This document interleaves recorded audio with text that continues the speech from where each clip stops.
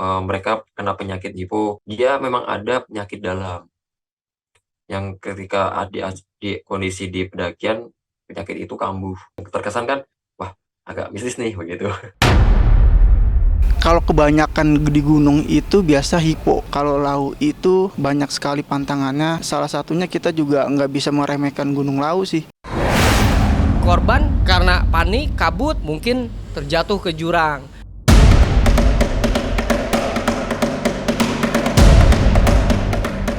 Gunung Lau kembali menjadi berita.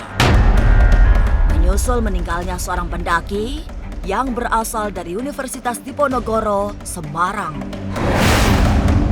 Mahasiswa berusia 20 tahun itu mendaki Lau melalui jalur Candi Cetok bersama rombongan berjumlah 17 orang. Tapi saat tiba di Gupak Mejagan, sang pendaki tak bisa melanjutkan perjalanan hingga memutuskan istirahat. Tapi kondisinya memburuk hingga tak sadarkan diri. Lantas benarkah pendaki bernama Anindita Syafa itu mengalami hipotermia? Bagaimana analisa Kiprana Lau yang dikenal sebagai praktisi spiritual sekaligus pendaki gunung? Jangan dulu berlalu, masih akan banyak keganjilan terjadi di sini. Dan jangan lupa subscribe, like, share, dan komen agar tak ada yang terasa ganjil di sekitar Anda.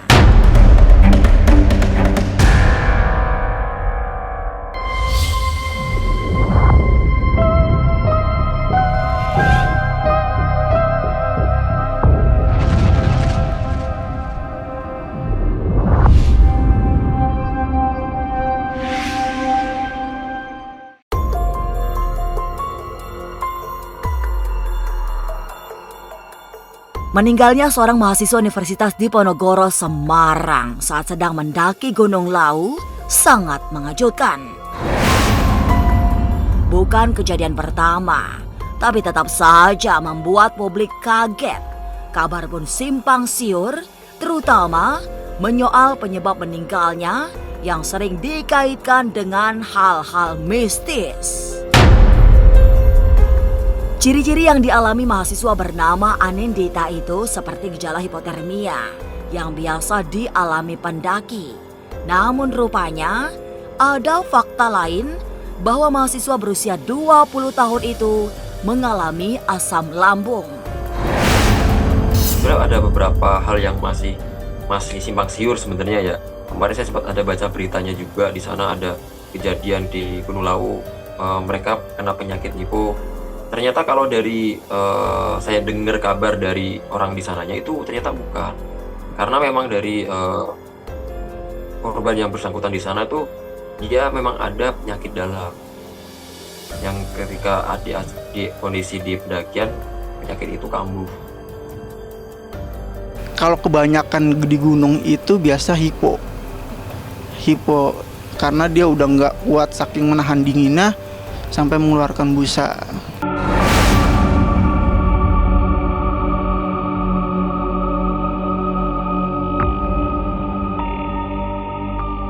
Cerita pendaki yang hilang, tersesat, atau meninggal di Gunung Lau sesungguhnya bukan sekali ini terdengar. Tidak semua karena berhubungan dengan sesuatu yang metafisika, karena sebagian akibat faktor lain. Tapi unsur mistik sudah pasti tidak bisa diabaikan jika terjadi sesuatu di gunung. Kalaupun ada orang yang tersesat di dalam gunung seolah-olah dia terselimuti dengan gangguan gaib, ada unsur seperti itu juga. Ada yang memang dia tersesat akhirnya kelelahan. Apabila seseorang itu seolah-olah ada yang teriak-teriak, dia tidak mendengar, atau dia mendengar tapi dia untuk berbicara susah, kita juga harus lihat suhu terlebih dahulu di gunung tersebut. Karena gunung mampu membuat orang tuh menjadi hipotermia. Akhirnya timbul halusinasi yang membuat pikiran mereka itu tidak kondusif. Dan apabila dipanggil, ya dia mampu menjawab hanya aja dengan kekuatan yang dia punya saat itu. Berarti kondisinya kan ngedrop. Pendakian melalui jalur Candi Cetok seperti yang dilakukan rombongan mahasiswa Undip sesungguhnya sudah sangat populer. Tapi memang banyak sekali sesuatu yang tak biasa jika melewati trek ini. Sebab nyaris di setiap tempat bisa ditemukan arca-arca yang terkesan mistis. View Cetok itu karena dia jalur ya sering dilewatin pendaki, ya udah lumayan terang. Cuma ya kita emang kalau Lau itu banyak sekali pantangannya. Salah satunya kita juga nggak bisa meremehkan Gunung Lau sih, walaupun treknya itu terang. Di sana tuh memang agak terkesan sakral kelihatannya, karena kan dari jalurnya sendiri namanya juga udah candi ya kan, Candi Cetok. Terus jika kita lihat di sana, tiap kali jalan itu banyak sekali beberapa arca kak. Jadi di sana tuh banyak arca di kanan kiri. Kita melewatin pos pun juga kita melewatin arca. Kayak seperti petilasan juga banyak. Terkesan kan, wah agak mistis nih begitu.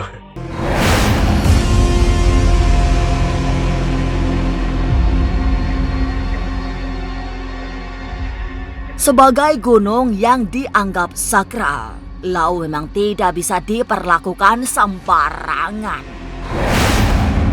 Banyak pantangan yang harus diindahkan selain kata-kata jumawa. Lantas, apa saja mitos yang ada di Gunung Lau? Jangan kemana-mana. Tetap subscribe, like, share, dan komen agar tak ada yang terasa ganjil di sekitar Anda.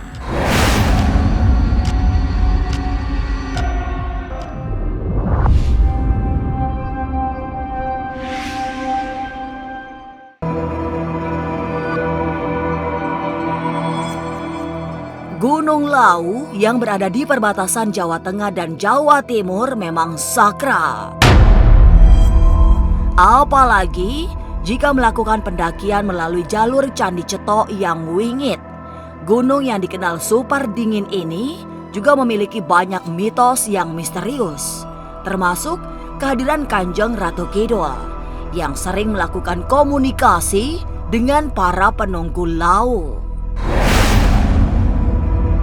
Banyak titik-titik mistik yang bisa didapati di Lau, termasuk sebuah gua yang selama ini menjadi tempat orang-orang bertapa mencari wangsit. Mitos Gunung Lau sebenarnya ada beberapa kayak saya dengar ya. Ya memang salah satunya tadi ya yang kita bilang Nyai Roro Kidul tadi ya. Itu memang si Ratu memang sering berkomunikasi di sana. Bahkan di Lau juga ada kayak gua. Tepatnya di jalur Cemoro Sewu itu ada gua yang orang bahkan berhari-hari itu bertapa di sana. Mungkin sempat untuk ditemuin oleh Nyai juga, ada cerita seperti itu. Terus ada juga pedagang yang dibilang bahwa kalau misalkan ada orang yang berdagang, kalau mungkin malam hari kita bilang malam hari berdagang itu kalau bisa jangan beli karena itu sebenarnya bukan orang. Terus ada lagi yang pasar setan itu ada. Pasar setan itu kalau itu jalur dari jalur Candi Cetok. Di sana tuh kan kayak rame seperti pasar, terus tiba-tiba ada suara kayak koin receh jatuhan begitu. Memang ada isu juga mengenai air di Sendang Derajat tuh bilangnya kalau minum air ini jadi awet muda nih. Nah, begitu ada juga. Itu mengenai burung jalak yang kita sering sepanjang perjalanan mungkin, wah kita diikutin terus nih. Ada isu kalau kita diikutin burung jalak itu bahwa kita tuh niatnya baik, ada. Tapi sebenarnya kalau kita lihat burung jalak itu banyak di sana sebenarnya. Kita nggak tahu apakah itu burung jalak yang sama, kan nggak tahu juga.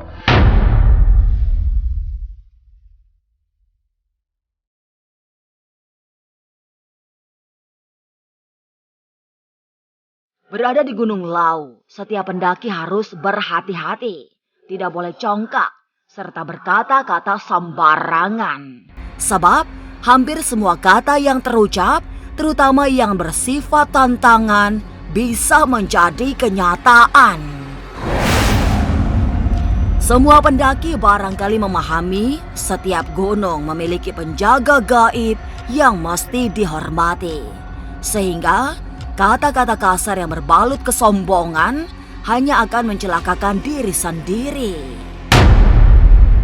Gunung Lawu itu kita nggak boleh sombong, nggak boleh menyombongkan diri, meremehkan gunung, dan berucap kata-kata kasar. Saya kasih contoh, misalkan kita nggak di Gunung Lawu, kita nggak boleh ngomong lelah, karena itu bakal kita dibuat lelah. Dan kita nggak boleh ngomong sembarangan, seperti ngomong ya hujan kek atau begini kek, yang mengundang mistis atau sebagainya, itu kita nggak boleh. Dan yang saya tahu pantangan di Gunung Lawu itu kita nggak boleh memakai baju hijau. Ada yang bilang itu nggak boleh ganjil.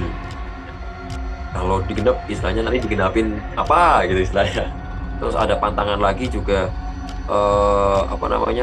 kita di sana, kalau pantangannya lain ya itu kita nggak boleh kayak bicara sembarang, itu pasti ya kayak, karena memang di gunung itu pun kita nggak boleh ngomong sembarangan. Alam itu, kalau kita hidup di alam itu seperti punya nyawa.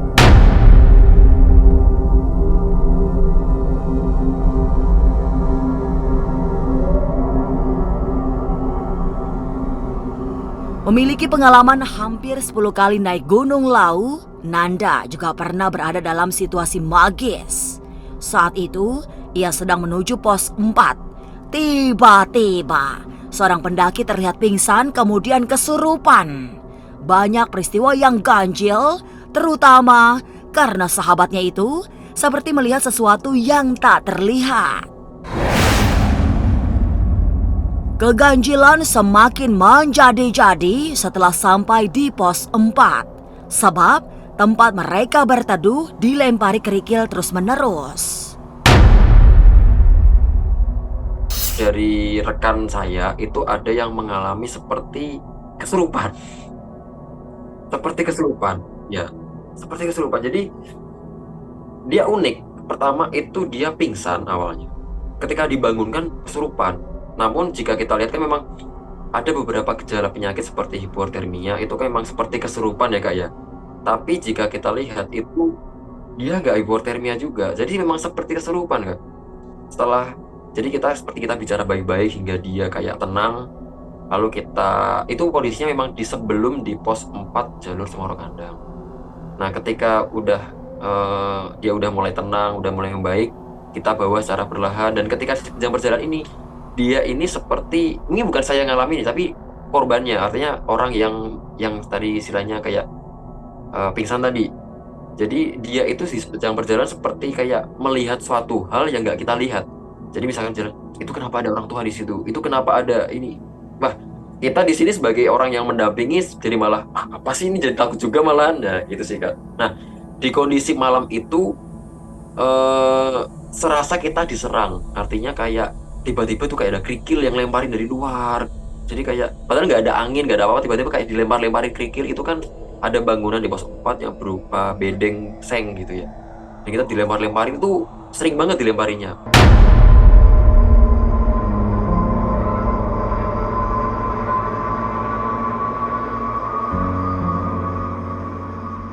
Gunung Lawu memang bukan gunung biasa. Banyak mitos selain anasir mistik di sana.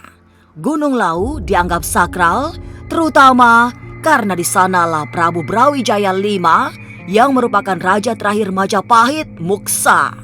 Lantas, benarkah pendaki hilang selalu ada kaitannya dengan hal-hal mistik? Seperti apa kesaksian Ki Pranalawu yang pernah ikut mencari pendaki hilang tahun 2019 silam?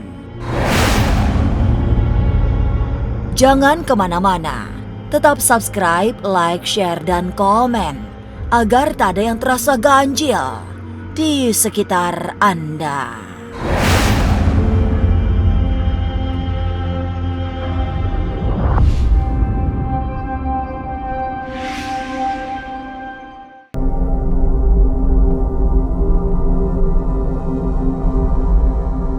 Gunung Lawu memang bukan gunung biasa. Banyak anasir mistik yang nyaris selalu ditemukan oleh setiap pendaki. Sementara itu, kisah pecinta alam yang hilang di Gunung Lawu juga bukan sesuatu yang baru. Ini diakui oleh Ki Pranalawu yang bukan hanya akrab dengan Lawu, tapi pernah terlibat dalam proses pencarian seorang pendaki bernama Alvin Kurniawan yang menghilang tanpa jejak di Lau awal tahun 2019 silam.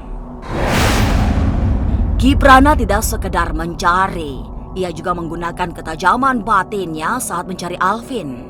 Tapi memang suasana pencarian sangat berbeda. Apalagi setelah memasuki pos 5, mulai ada gangguan-gangguan yang sifatnya metafisika. Karena saya terjun langsung di Gunung Lau pada saat itu, saya dan tim memang tidak menemukan jejak sama sekali ya. Tapi pada saat kita masuk ke pos 5, pos 4, antara pos 4 dan pos 5 kita diganggu sama suara. Nah, suara auman, suara macan. Dan memang di jalur trek itu, di jalur 4 dan 5 itu selain jurang, kabutnya itu luar biasa tebal. Nah, kalau analisa saya, korban karena panik, kabut, mungkin terjatuh ke jurang. Nah, karena tim SAR juga terbatas untuk melakukan pencarian mungkin, sehingga jasadnya tidak diketemukan karena memang itu curam sekali.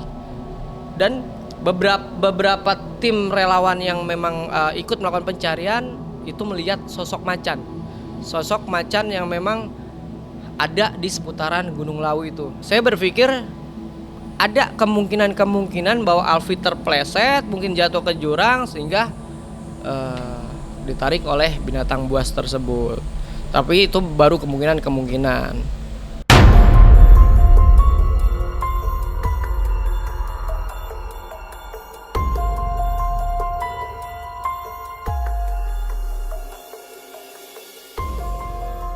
Seorang pendaki hilang di Gunung Lau bukan cerita baru. Nyaris setiap tahun selalu ada cerita serupa yang bagai pengulangan dari kisah-kisah sebelumnya. Apalagi Gunung Lau memang dikenal sakral, melebihi gunung-gunung lainnya, sehingga dibutuhkan kewaspadaan dan kehati-hatian selain ketebalan batin sebelum mendaki.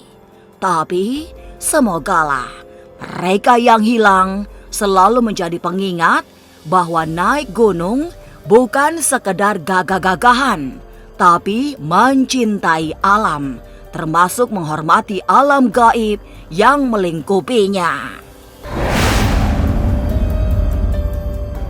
Sampai jumpa pada episode selanjutnya dengan kisah-kisah ganjil setiap hari Senin, Kamis, dan Jumat pukul 5 sore. Tapi sebelumnya, jangan lupa subscribe, like, share, dan komen agar tak ada yang terasa ganjil di sekitar Anda.